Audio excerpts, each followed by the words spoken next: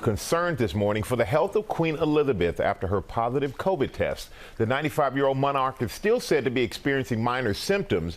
Our Lama Hassan is live now outside Windsor Castle with the very latest on the Queen's condition. Good morning, Lama. And good morning to you, Michael. Yes, this morning the Queen is isolating right here behind me in Windsor Castle. And the message from the palace is clear. Her Majesty's symptoms are not severe and the Queen is keeping calm and carrying on. The UK waking up to the news this morning that Her Majesty has coronavirus. Buckingham Palace issuing a statement saying the 95-year-old has mild cold-like symptoms but expects to continue light duties at Windsor over the coming week. I think the fact that they've said that she's going to be carrying out light duties, suggesting that she's carrying on working, is trying to give that impression that it's not too serious and to avoid any sort of sense of panic or alarm around the Queen's health. It has been widely reported that the Queen is vaccinated and boosted. But concerns for her health started over a week ago after her son Prince Charles and his wife Camilla both tested positive for the virus, with the palace confirming only that Charles had seen his mother recently. After the Queen had met Charles, the Queen had tested negative, so there wasn't any suggestion that she'd got it from him. There's been a mini outbreak of COVID at Windsor Castle, where she's mainly based these days, and I suggest it's probably from that. Her Majesty was last seen on Wednesday carrying out an engagement in person, leaning on a walking stick. The Queen quipping she wasn't able to move. How are you? Well, as you can see, I can't move. I think I might just put a knife in it. I think that's a really good idea. As she prepares to celebrate her Platinum Jubilee, messages of well wishes pouring in for Her Majesty. The Prime Minister Boris Johnson tweeting, "I'm sure I speak for everyone in wishing Her Majesty the Queen a swift recovery from COVID and a rapid return to vibrant good health." Now, as for news about the Queen's health today, while the palace saying they will not be providing a running commentary or daily updates unless there's something to say. So I guess no news is good news. Eva.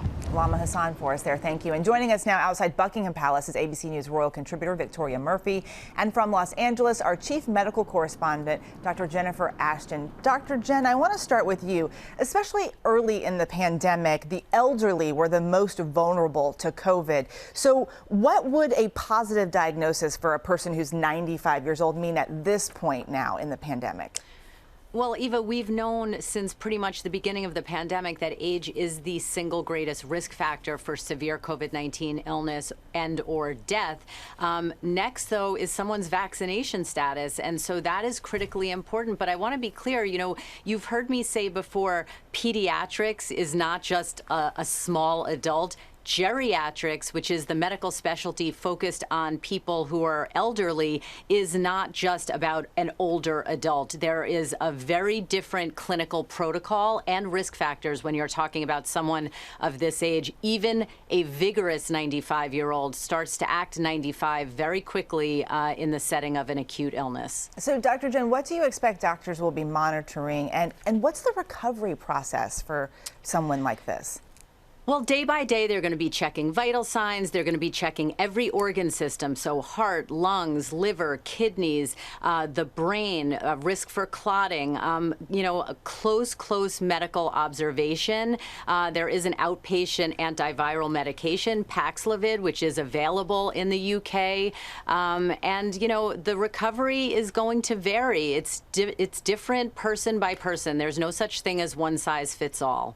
Let's turn to Victoria now. What are you hearing about what's going on behind closed doors? What's the concern level for the Queen right now?